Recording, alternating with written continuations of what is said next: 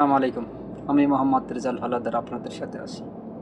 সুপ্রিয় দর্শক, বাংলাদেশকে নিয়ে 4 দেশীয় আঞ্চলিক ফোরাম গঠন করতে চায় পাকিস্তান। বাংলাদেশ ও পাকিস্তানকে নিয়ে 7 মাস ধরে একটি আঞ্চলিক জোট গঠনের সক্রিয় ছিল চীন। এক পর্যায়ে পাকিস্তানের মাধ্যমে বাংলাদেশকে রাজি করাতে চেষ্টা চালায়। শেষ পর্যন্ত বাংলাদেশের অনীহায় সেই উদ্যোগ ভেস্তে যায়। এবার বাংলাদেশ, চীন, মিয়ানমারকে নিয়ে পাকিস্তান একটি আঞ্চলিক সহযোগিতার বিষয়ে বৈঠকের প্রস্তাব দিয়েছে। বাংলাদেশ রাজি হলে খুব শিগগিরই ইসলামাবাদে বৈঠকের মাধ্যমে এই উদ্যোগ এগিয়ে নিতে চায় পাকিস্তান। ঢাকা ও ইসলামাবাদের কূটনীতিক সূত্রগুলো জানিয়েছে, জানুয়ারির শেষ সপ্তাহে পাকিস্তান 4 দেশীয় বৈঠকের বিষয়ে বাংলাদেশের উচ্চ পর্যায়ের প্রস্তাব দেয়। এমনকি 12 ফেব্রুয়ারির নির্বাচনের আগেই ইসলামাবাদে বাংলাদেশ, চীন, মিয়ানমারের পররাষ্ট্র মন্ত্রণালয়ের কর্মকর্তাদের নিয়ে বৈঠক আয়োজনের প্রস্তুতি নেয়। অন্তর্বর্তী সরকারের নীতি নির্ধারণীয় পর্যায়ে একটি সূত্র প্রথম আলোকে জানিয়েছেন, বাংলাদেশ প্রাথমিকভাবে পাকিস্তানের প্রস্তাবে ইতিবাচক সাড়া দিয়েছে। পাকিস্তান এই বৈঠক ফেব্রুয়ারির প্রথমার্ধে করার বিষয়ে বেশ আগ্রহী। তবে নির্বাচনের দিনক্ষণ ঘনিয়ে আসায় এখনই এমন কোনো বৈঠক বা সভায় যোগ দেওয়ার পক্ষপাতী নয় বাংলাদেশ। জানতে চাইলে পররাষ্ট্র উপদেষ্টা মোহাম্মদ তৌহিদ হোসেন প্রথম আলোকে বলেন, 4 দেশকে নিয়ে পাকিস্তান একটি সহযোগিতার কাঠামোর গড়ে তোলার প্রস্তাব দিয়েছে। এজন্য দেশটি একটি বৈঠক করতে চায়। অন্তর্বর্তী সরকারের মেয়াদ এখন পর্যন্ত শেষ পর্যায়ে, তাই এই বৈঠকে নতুন সরকারে আসার পর হতে পারে বলে জানানো হয়েছে ইসলামাবাদকে। কবে ও কিভাবে পাকিস্তানের প্রস্তাব?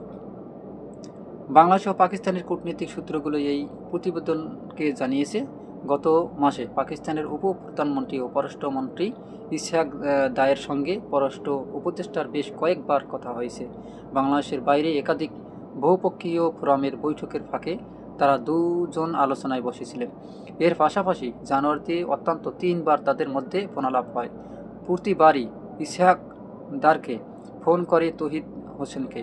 এসব আলোচনায় দ্বিপাক্ষিক সম্পর্কের পাশাপাশি আঞ্চলিক ও আন্তর্জাতিক নানা বিষয়ে একে অন্যকে সহযোগিতার বিষয়ে কথা বলা হয়। গত 24 জানুয়ারি পাকিস্তানের পররাষ্ট্রমন্ত্রী ফোন করে বাংলাদেশের পররাষ্ট্র উপদেষ্টাকে। ইসলামাবাদে মিয়ানমারের পররাষ্ট্রমন্ত্রী থান সুয়ের দ্বিপাক্ষিক সফরের 2 দিন আগে এই ফোনালাপ হয়। জানা গেছে, ইসহাক দার ও তৌহিদ হোসেনের মধ্যে 15 মিনিটের বেশি সময় ধরে আলাপ চলে। গত 24 জানুয়ারি পাকিস্তানের পররাষ্ট্রমন্ত্রী ফোন করেন বাংলাদেশের পররাষ্ট্র উপদেষ্টাকে। ইসলামাবাদে মিয়ানমারের পররাষ্ট্রমন্ত্রী থান সুয়ের দ্বিপাক্ষিক সফরের 2 দিন আগেই ইসহাক দারের সঙ্গে তৌহিদ হোসেনের এই ফোনালাপ হয়। জানা গেছে, দুজনের মধ্যে 15 মিনিট বেশি সময় ধরে আলাপ আলোচনা চলেছিল। এই ফোনালাপে দ্বিপাক্ষিক ও আঞ্চলিক নানা বিষয়ে নিয়ে আলোচনা হয়। দ্বিপাক্ষিক বিষয়ের মধ্যে 14 বছর পর ঢাকা করাচি সরাসরি বিমান চলাচল আবার চালু করা যায়। 14 বছর বিরতির পর 29 জানুয়ারি চালু হয়। করাচি চট্টগ্রামে রুটে সরাসরি পণ্যবাহী জাহাজ চলাচল শুরু। 12 ফেব্রুয়ারি নির্বাচন পরবর্তী সময়ের 2 দেশের উচ্চ পর্যায়ের সফর বিনিময়, বাণিজ্য ও বিনিয়োগ বৃদ্ধি এবং পাকিস্তানের F-17 যুদ্ধবিমান কেনার মতো বিষয়গুলো আলোচনায় আসে। 4 দেশকে নিয়ে পাকিস্তান একটি সহযোগিতা কাঠামো গড়ে তোলার প্রস্তাব দিয়েছে। এজন্য দেশটি একটি বৈঠক করতে চায়। অন্তর্বর্তী সরকারের মেয়াদ এখন শেষ পর্যায়ে, তাই আমরা এই বৈঠক নতুন সরকার আসার পর হতে পারে বলে জানিয়েছে তৌহিদ হোসেন, পররাষ্ট্র উপদেষ্টা। মিয়ানমারের পররাষ্ট্রমন্ত্রী ইসলামাবাদ সফরের প্রসঙ্গ টেনে পাকিস্তানের উপপ্রধানমন্ত্রী জানতে চায়, রোহিঙ্গা ইস্যুটি তিনি উত্থাপন করতে পারেন কিনা। এ বিষয়ে বাংলাদেশের পররাষ্ট্র উপদেষ্টার মতামত কী? এ সময় তৌহিদ হোসেন তাকে রোহিঙ্গা সমস্যা সমাধানের সহযোগিতায় ভূমিকা রাখতে পারেন বলে মত দেন।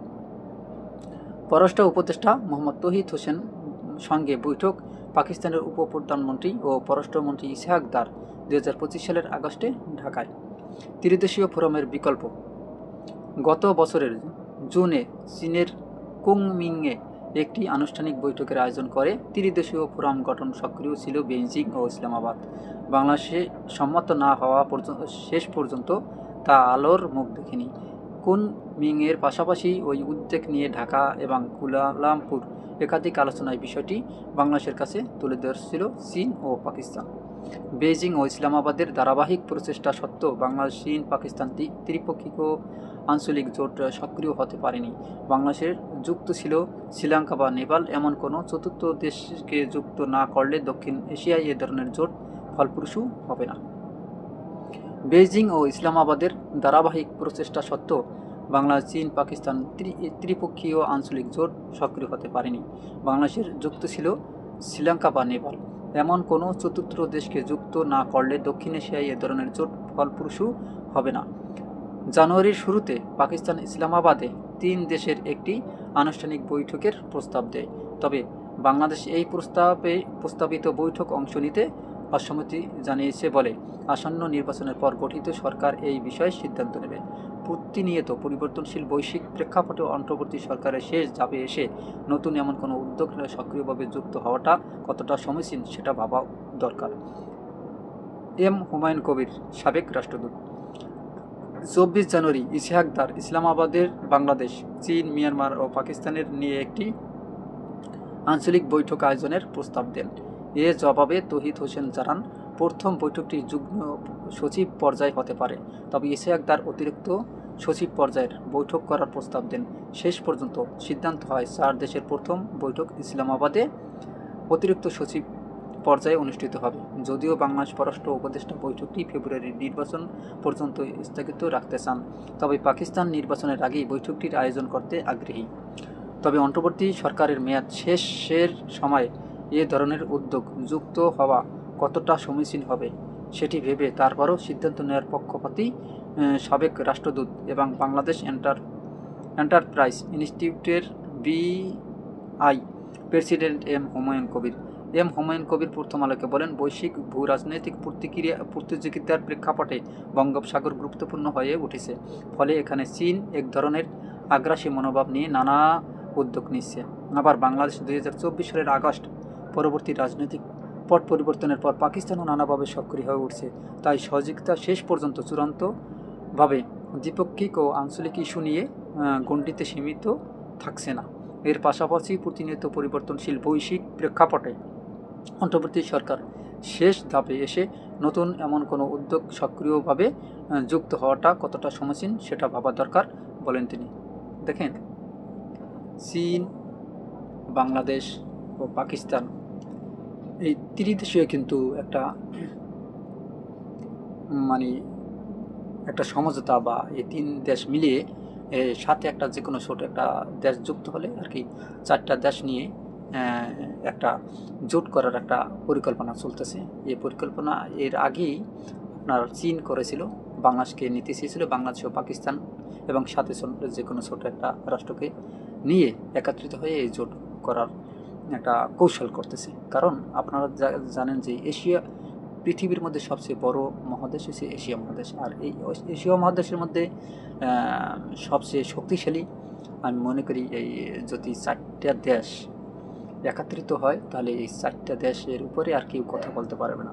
ওদিকে চীন, ওদিকে পাকিস্তান, এদিকে বাংলাদেশ, ওদিকে মনে করেন মিয়ানমার বা যে কোনো আর একটা দেশ নিয়ে এই 4টা যদি গঠিত হয়, আমি মনে করি 3টে দেশ নিলেই হয়। তারপর তারা মনে করতেছে যে 4টে দেশ নিলে আরও ভালো হয়, যেমন শ্রীলঙ্কাও হতে পারে।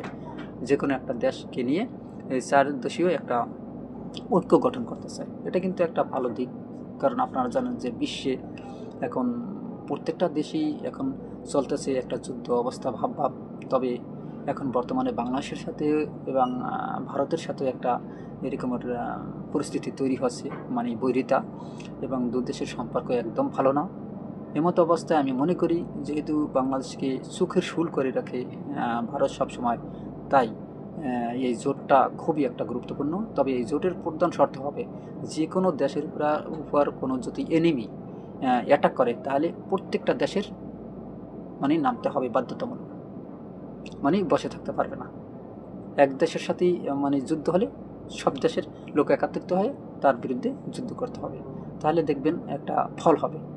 নতুবা এসব জোট করে কোনো লাভ নেই আমি মনে করি। সুপ্রিয় দর্শক, আপনারা কি মনে করেন? অবশ্যই আপনাদের মতামতগুলো কমেন্টে লিখুন এবং এরকম নতুন নতুন ভিডিও পেতে RH বাংলা নিউজ 24-কে সাবস্ক্রাইব করুন, বেল বাটন অন করুন এবং কমেন্ট ও শেয়ার করে সবাইকে দেখার সুযোগ করে দিন। পরবর্তী ভিডিও দেখার আমন্ত্রণ জানিয়ে এখানে শেষ করছি। আসসালামু আলাইকুম ওয়া রাহমাতুল্লাহি ওয়া বারাকাতুহু।